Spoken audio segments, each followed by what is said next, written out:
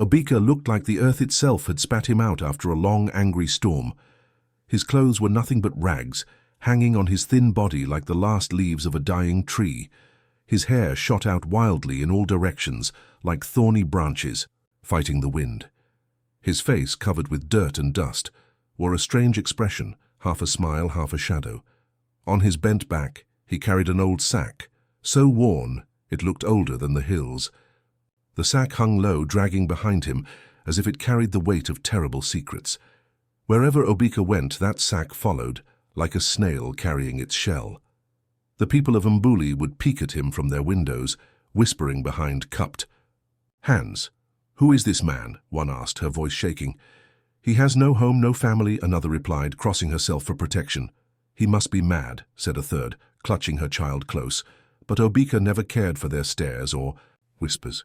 He walked slowly through the village until he reached the great Ngeli tree, standing proud at the center of the market square. The Ngeli tree was older than memory itself. Its thick branches stretched wide, like the arms of a giant trying to hug the whole world. That was where Obika made his home.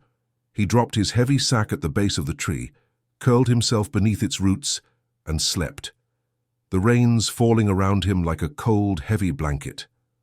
Mothers warned their children sternly, "Stay away from that madman. Mad people can harm you." The children nodded, but inside their little hearts they were curious. They wondered, what was inside that sack? It was so big, too big for a thin, broken man like Obika. And it smelled strange, like dried leaves, burnt wood, and old secrets. Still, Obika never harmed anyone. In the mornings he begged quietly for food. The women sometimes tossed him scraps, a piece of yam here, a handful of ground nuts there. He would nod in thanks, his mouth twisting into that odd half-smile. In the afternoons he sat under the Ngeli tree, chewing sticks or throwing stones at nothing, like a lonely child playing a silent game. He muttered words no one could understand. And sometimes he laughed, a dry crackling sound like leaves breaking underfoot. The villagers pitied him. "Poor man," they said. "He's harmless." But still, not one soul dared touch his sack. Life in Mbuli carried on. The women fried puff-puff at the market. The men repaired their fishing nets. Children played with goats near the stream. And through it all, Obika sat quietly under the Ngeli tree, his sack by his side, guarding its secrets like a crocodile guards its river. But none of them knew. The rains that brought Obika to Mbuli also carried a storm fiercer than lightning, a storm with teeth. It came on a morning just like any other. The roosters crowed. Women swept their compounds. Smoke from breakfast fires floated into the sky. Little Ifunanya, a bright-eyed girl of 7, skipped out of her family's hut, a small calabash clutched in her tiny hands.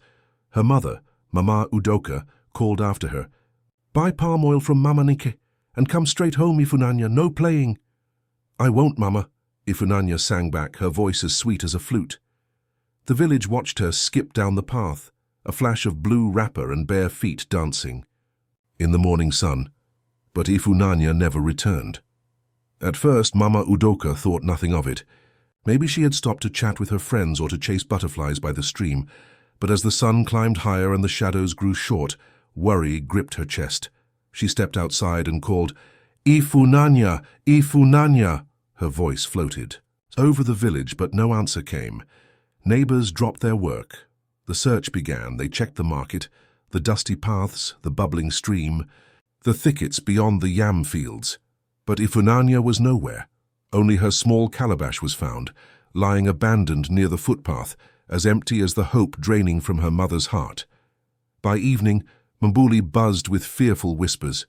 Where could she have gone? One farmer asked. Could a wild animal have snatched her? An old woman wondered. But one thought hung heavier than smoke in the air. Could it be the madman? The women gathered at the market square, their voices low and sharp. He's strange, one said, her eyes darting toward the Ngeli tree. Always carrying that big sack. Who knows what's inside? Another shook her head fiercely. No, he's just a poor madman. He wouldn't harm a child.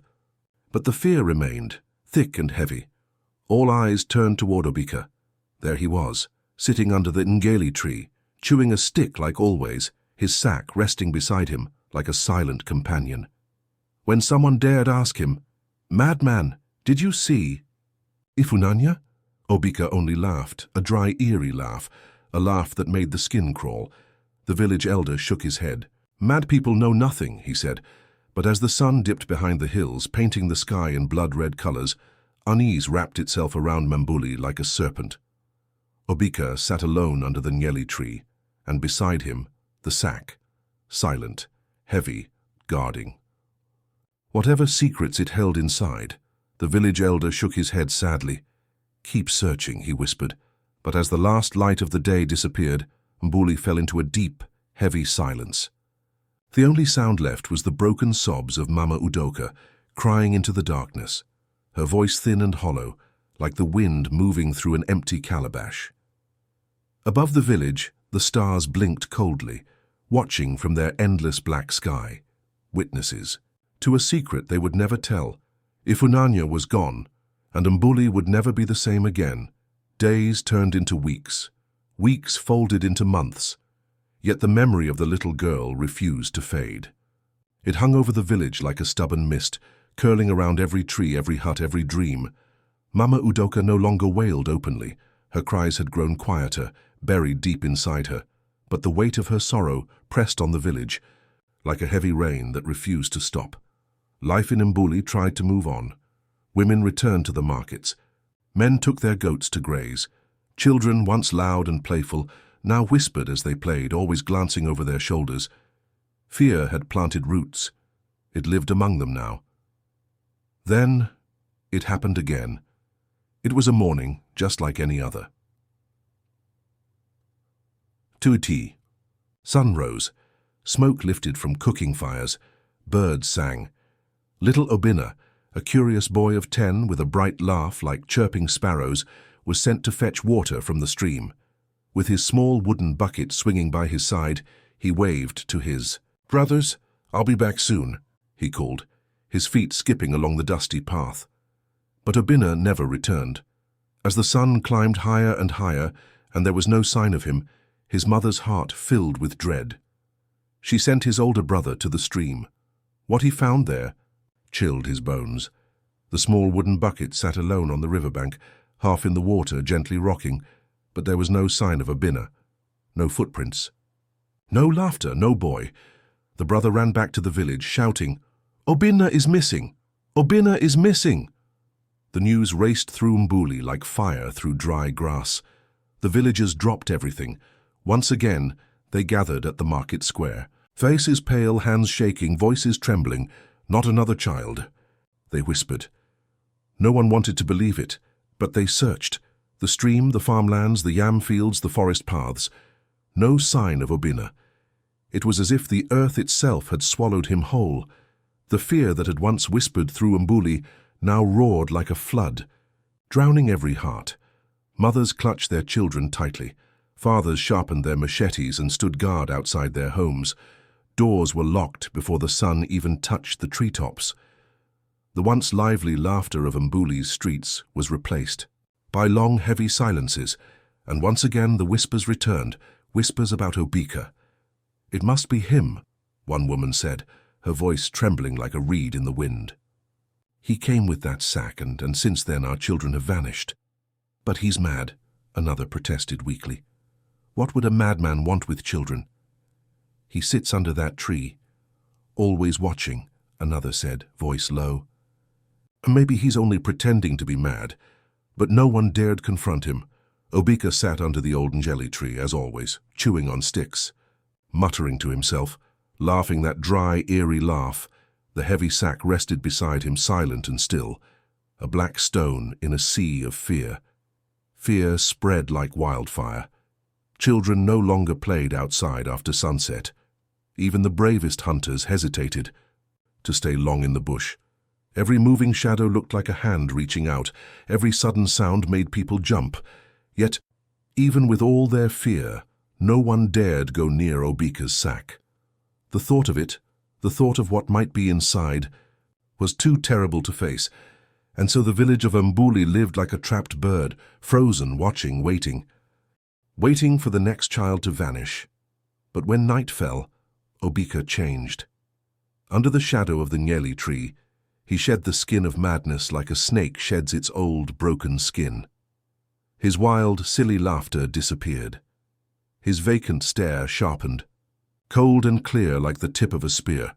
From his sack, he pulled out a long knife, its blade catching the moonlight like a silver fang. He moved like a shadow, quick, silent, deadly.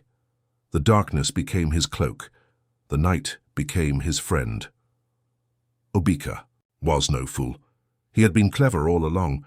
The villagers' pity had been his shield, their blindness, his greatest weapon. He knew how to pick his victims. He knew how to lure them close without raising an alarm. Children were easy prey. Obika would crouch low in the shadows, waiting with the patience of a hunting leopard. When a small figure passed by, he would slither forward, his dirty face twisted into a false, gentle smile. "Come here, little one," he would say, his voice oozing fake sweetness. "I have something for you. These sweets, fruits, whatever you like." Too frightened to scream, too tempted to run, and when they stepped too close, the darkness swallowed them whole. The children trusted him, and when they wandered too close, Obika struck, quick, silent. His knife flashed like a viper's tongue, and just like that, the deed was done. But it wasn't only children who vanished. Women, those who fetched water late at night, thinking the paths were safe, became prey. Too, Obika would sit by the roadside pretending to sleep like a harmless old fool, and when the women passed, he rose like a ghost, grabbing them before a scream could even leave their lips. Not even the men were safe. Strong farmers, brave hunters, those who dared to wander too far into the forest, thinking they knew every tree, every bend, found themselves caught in Obika's silent trap. He studied their movements. He knew their routines. He was patient like a spider in its web, waiting for the moment the prey strayed too close. And with every soul stolen, his old sack grew heavier, heavy with secrets too dark for the sun to see. When the sack grew too full, Obika left the village paths and slipped deep into the forest, where the trees whispered old stories to the wind. There, hidden among twisted roots and darkened clearings, stood a small hut, a hut where evil had made its home. The ritualists waited there, men with hearts blacker than the river mud. Men who craved the unthinkable. When Obika arrived, they welcomed him like an old friend. Their greedy eyes gleamed. "Good work," one said, counting the terrible bounty. "You will be rewarded well." Obika collected his payment, sometimes coins, sometimes goods, and vanished back into the night. By the time the first rooster crowed over Mbuli, he was back under the great Ngeli tree, humming to himself, chewing on sticks, rocking gently with his sack beside him. The perfect picture of a harmless broken man. No one suspected. No one dared to ask about the sack, but inside it lay the village's darkest secret. And Obika, the man they pitied, carried that burden like a second skin. Life in Mbuli carried on. But even the cleverest crocodile risks the river's anger if he swims too long. 3 times Obika nearly met his end. Each time he slipped away like oil floating on water. The first close call came on a hot afternoon. A farmer's wife was returning from her farm, a basket of fresh cassava balanced on her head. As she walked past the Ngeli tree, she glanced just for a moment at Obika sitting under its shade, and then she saw it, dark drops sliding from the bottom of his sack. Sticky, slow, blood. Her heart leapt into her throat. She stumbled home, her words tumbling out in panic. "There's blood on that madman's sack," she cried to her husband. Alarmed, the man gathered a group of strong farmers. Their machetes gleamed sharp and angry in the sun. They marched to the Ngeli tree, determined to confront the madman once and for all. But as they approached, Obika leapt to his feet. His eyes rolled wildly. His arms flailed like a crazed prophet. "Leave me alone," he shouted. "The spirits are speaking to me. They will curse you if you touch me." The men hesitated. Their steps faltered. Fear crept into their hearts. One of them whispered, "Mad people have strong juju." Slowly, nervously, they backed away. Obika laughed, a dry, bitter sound, as they retreated. His sack remained untouched. The secret stayed safe. The second time came in the deepest part of the night. A hunter returning from the bush spotted something strange. Obika dragging his sack through the underbrush. The hunter hid behind a tree, his heart hammering against his ribs. Curiosity burned within him like a wildfire. Carefully, step by step, he followed. Obika stopped suddenly, turned, and in the moonlight, his eyes glowed, red, hot, unnatural. The hunter's courage melted like candle wax. He dropped his spear with a loud clatter and ran as if death itself was chasing him. Back, at the village, gasping for breath, he told the others, "I saw him. His eyes were like fire. He's not mad, and he's something worse." But fear still shackled their hearts. No one dared act. No one dared challenge the shadow under the tree. The third close call came on a lazy afternoon. A group of village boys, bored with their chores, sat under the mango trees, whispering mischievous plans. "Let's see what's inside the madman's sack." One dared, his eyes glinting. "Are you mad yourself?" Another hissed. But they laughed and agreed. Together they crept toward the Ngeli tree. Obika lay there, snoring softly, his sack resting beside him like a sleeping monster. One brave boy reached out trembling, his fingers brushing the rough cloth. Just as he touched it, Obika's laughter exploded into the air like a thunderclap. The boys screamed in terror. They dropped their sticks and ran so fast their feet barely touched the ground. Behind them, Obika's laughter followed, high and terrible, like a spirit's wail on the wind. Though Obika escaped each time, the close calls stirred something in the air. The fear that once moved in whispers now moved in heavy breaths. Mbuli was changing. The shadows were growing heavier, and the village was just beginning to open its eyes. In the village of Mbuli, an unease began to creep in. It moved slowly, like a storm gathering on the far edge of the horizon. The mighty Ngeli tree, once a place children played under, now loomed like a silent judge, bearing witness to something terrible that no one dared name. And beneath it sat Obika, the madman. His tattered sack rested by his side like a sleeping lion guarding its bloody secrets. Meanwhile, in the heart of Mbuli's palace lived Princess Adaora, the jewel of the land. Her beauty was like the first light after a long rain, soft, golden, pure. Her kindness flowed through the village like the evening breeze, touching even the poorest farmer, the smallest child, the oldest widow. Her laughter could lift sorrow. Her smile could soften even the hardest heart. One busy market day, as Princess Adaora walked through the bustling square with her loyal maid, her eyes fell upon Obika. There he was, crouched under the Ngeli tree, chewing on a stick, humming to himself, his sack never far from reach. The villagers kept their distance, fear, raising invisible walls between themselves and the madman, but Princess Adaora paused. "Why does everyone avoid him?" she asked softly. Her maid, glancing nervously at Obika, whispered, "He is mad, my princess, dangerous. People say strange things happen when he's near." Adaora's face hardened. "He is still a human being," she said firmly.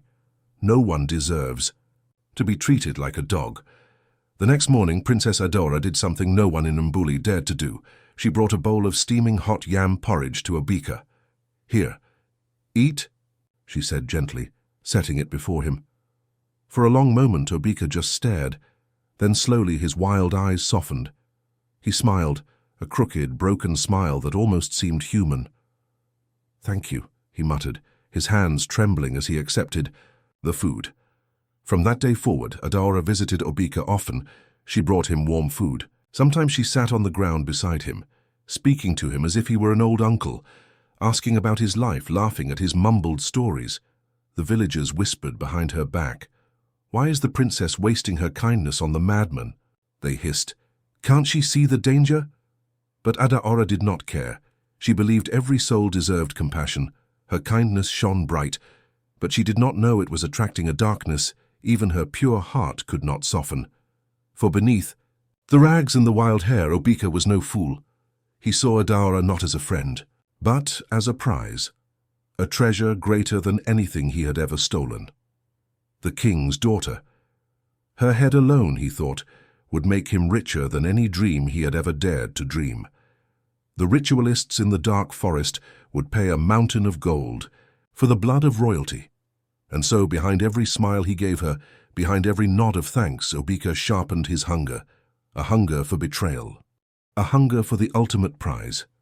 One evening, as the sun dipped low, casting the village in a soft golden glow, Princess Adaora left the palace to visit Obika once more. But night came, and the palace gates closed, and Princess Adaora did not return. Her maid, wringing her hands in panic, rushed to the king. "Your Majesty," she cried, breathless, "the princess! She has not come home." The king's heart seized in his chest. Without a moment's delay, he sent his fastest guards into the village. They searched the market, the streams, the woods, every hut. Their voices rang through the dark streets. "Princess Adaora! Princess Adaora!" But the night answered with silence. The villagers gathered, eyes wide with terror, their faces pale as moonlight. What could have happened to her? They whispered. An old woman, leaning heavily on her walking stick, broke the silence. "Check the madman," she said. Her voice was steady as stone. "His sack is always full, and it smells too sweet for a madman." The guards hesitated, but the king's command thundered in their ears. "Find the princess," torches blazing. They marched to the Ngeli tree. There sat Obika, humming, rocking, chewing on sticks. His sack leaned against the roots, quiet and still. One of the guards stepped forward. "What's in your sack?" he demanded. Obika looked up, his eyes wide, his face twisting into a mad grin. "Spirits!" he shrieked. "The spirits live in there! You cannot touch them! You will be cursed!" The villagers shivered. Madness and spirits were not things to be taken lightly, but the guards did not back away. This time, they did not fear. They seized the sack, pulling it from Obika's clawing hands. Obika screamed and fought, biting and kicking, but he was just one man. The sack ripped open, and the village froze. Inside the sack was the severed head of Princess Adaora. Her golden hair still shone under the torchlight. Her face, peaceful, as if sleeping. Beside her, other heads, other children, other women, the missing souls of Mbuli, all hidden in the sack of the madman they had pitied for too long. And under the Ngeli tree, under the cold moonlight, the village of Mbuli wept for all they had lost. The villagers gasped in horror. Inside the torn sack, alongside Princess Adaora's golden head, were the faces of the missing ones. Ifunanya, Obina, and others whose laughter once danced in Mbuli's air. The cries of sorrow rose like a wild storm.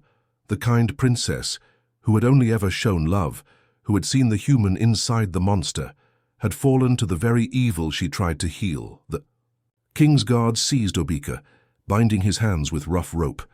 He laughed wildly, madly, as they dragged him across the dusty ground. The mighty Ngeli tree swayed above him, its branches moving in the night wind, mourning the terrible secrets it had witnessed but could not reveal. The storm that followed shook the village to its core, a storm of grief, shame, and rage that Mbuli would never forget. Obika was dragged into the palace courtyard, his feet stumbling, the crowd following with torches and tearful eyes. Their wails split the morning sky. The king sat on his throne, his face carved in stone, his heart shattered. His beloved daughter, his morning sun, his pride, was gone. Gone, like a candle snuffed out by a merciless wind. When Obika was thrown, at the king's feet, the king's voice boomed through the palace halls like rolling thunder. "You dare harm my daughter. You dare bring this darkness upon my people." The grief in his voice was heavy enough to crush mountains. Obika, still kneeling, lifted his head.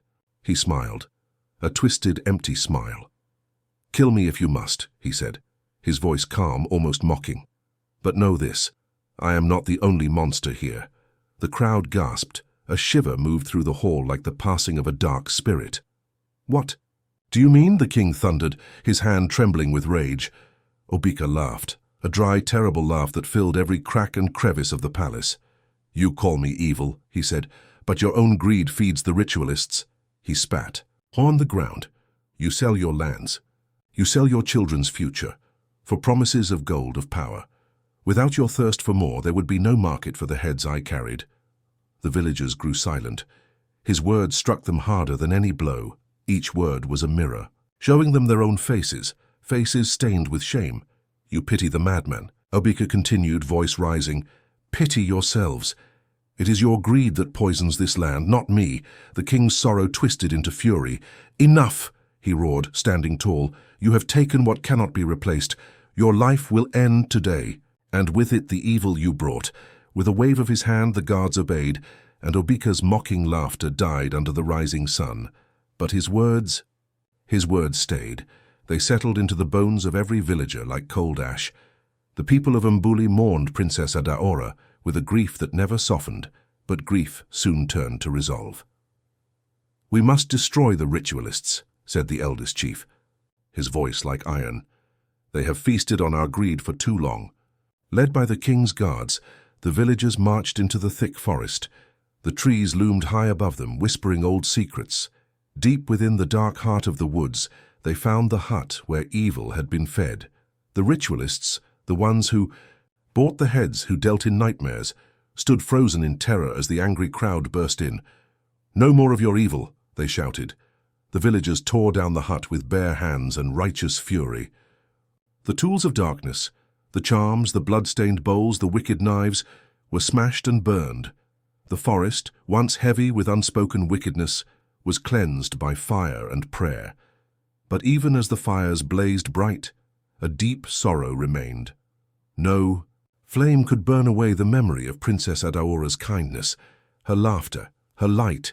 She was gone, gone forever, and the wound she left could not be healed by justice. The villagers returned to Mbuli, victorious, but hollow. From that day forward, the people vowed never again to trust blindly. They vowed to question, to see beyond sweet words and pitiful appearances, to guard their hearts against greed and false kindness. The tale of Obika, the madman with the sack of horrors, became a warning for generations to come, a story whispered by firelight, a lesson carved deep into the soul of Mbuli. Greed blinds the heart. Pity without wisdom invites evil, and kindness, though beautiful, must walk with caution. Thus the story of Princess Adaora and the madman lived on, carried by the winds, weaving through the trees, forever haunting the hearts of those who dared to listen.